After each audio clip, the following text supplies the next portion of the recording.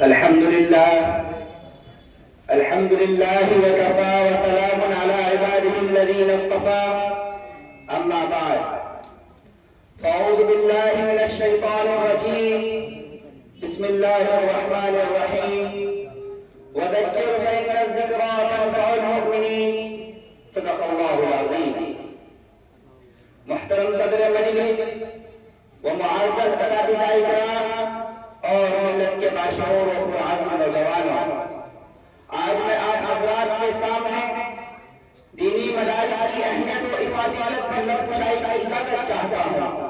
حضرات، دینی مدارس جو اس وقت آپ کے سامنے موجود ہیں دراصل یہ اسلام کے مضبوط قلعے ہیں.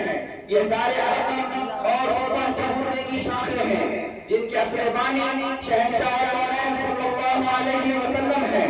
در حقیقت یہ راہ جنت ہے. یہاں سے علم نبوت کی شعاعوں کو جگمگایا جاتا ہے. یہاں امت کے رہبر و رہنما کو تیار کیا جاتا ہے. یہاں امت کے رہبر و رہنما کو تیار کیا جاتا ہے. یہاں امت کو پیدا کیا جاتا ہے. یہاں بدعات و خرافات کے ابھرتے ہوئے سیلاب کو روکا جاتا ہے. مخاطبین محترم، کون کہتا ہے کہ آج کے دور میں مدرسوں کا کوئی کردار نہیں؟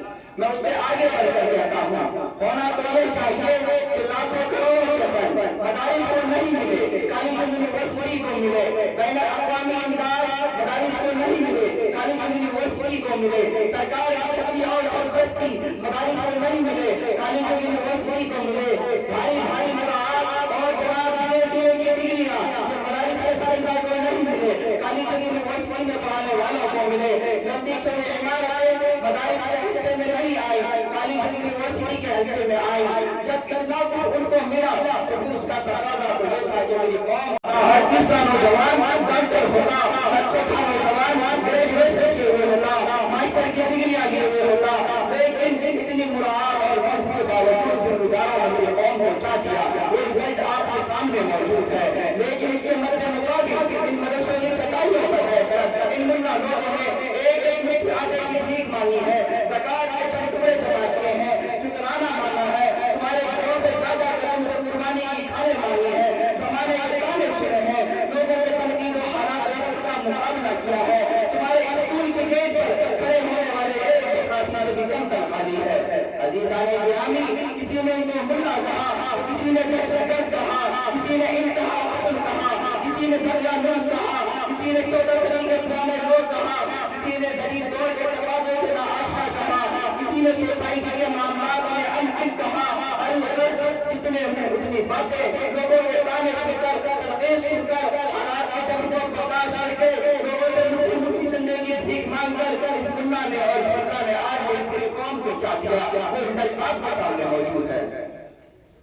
عزیزان گرامی، میں پوری جرات کے ساتھ کہہ سکتا ہوں آپ پورے معاشرے میں جا کر چیک کر لیں، اگر کسی کے سر پر پگڑی ہے، چہرے پر داڑھی ہے، ہاتھ میں تسبیح ہے، زبان پر اللہ اللہ کا ورد ہے، ان چھوٹے چھوٹے بچوں کے سینوں میں میرے رب کا قرآن ہے، مسجدیں سجدوں سے آباد ہے، تو میں خدا کی قسم کھا کر کہتا ہوں جتنی خیریں، جتنی بھلائیاں اور جتنی اچھائیاں تمہیں نظر آئیں گی اگر تم ان کا خدا تلاش کر نکلو گے تو پیچھے سے کوئی نہ کوئی خدا اور مدرسہ دکھائی دے گا انشاءاللہ. آپ بتائیں تمام بھوپیوں کا ترغیب کس کو جاتا ہے؟ کیا آپ اپنی حکومت کو دے سکتے ہیں؟ کیا آپ اپنے علاقے میں کسی اور صاحب حیثیت کو دے سکتے ہیں؟ کیا آپ اپنے علاقے کے اہم پیمنٹ کو دے سکتے ہیں؟ نہیں دے سکتے نا. ان تمام بھوپیوں کا ترغیب کس کو جاتا ہے؟ اونچی بولے علماء کو جاتا ہے یا نہیں جاتا؟ مجھے دکھ ہوتا ہے جب کوئی اٹھتا ہے کہتا ہے مولوی نے قوم کو دیا کیا ہے؟ مولوی نے سورج چاندہ مانگنے کر کیا ہے؟ ظالموں تم سورج کو انہیں کے پیچھے چھپاتے ہو، تم اتنے بڑے حقائق کا انکار کرتے ہو. یہ علماء کی ایک بڑی تعداد اس مسئلے میں موجود ہے. آپ کو اپنے علاقے کا یہ مدرسہ ہے. ہمیشہ میں نے بڑی ہوا کیا ملا اور مدرسے تو بڑی بندہ تنقید کرتا نظر آتا ہے اس نے اپنی زندگی میں کبھی مدرسے میں قدم نہیں رکھا ہو. وہ سوشل میڈیا سے وہ فیس بک اور یوٹیوب کی کلپ دیکھ کر وہ ایک بڑوں کے تجزیے سن کر اللہ اور مدارس کے بارے میں دینے کے لیے رائے قائم کر لیتے ہیں. ارے بابا یہ ہم مدارس ہے، اس میں لا الہ الا اللہ حی القیوم کی تصدیق ہوتی ہے. یہی وہ مدارس ہے اس میں عقیم السلام و آخر رگا کی تاکید ہوتی ہے.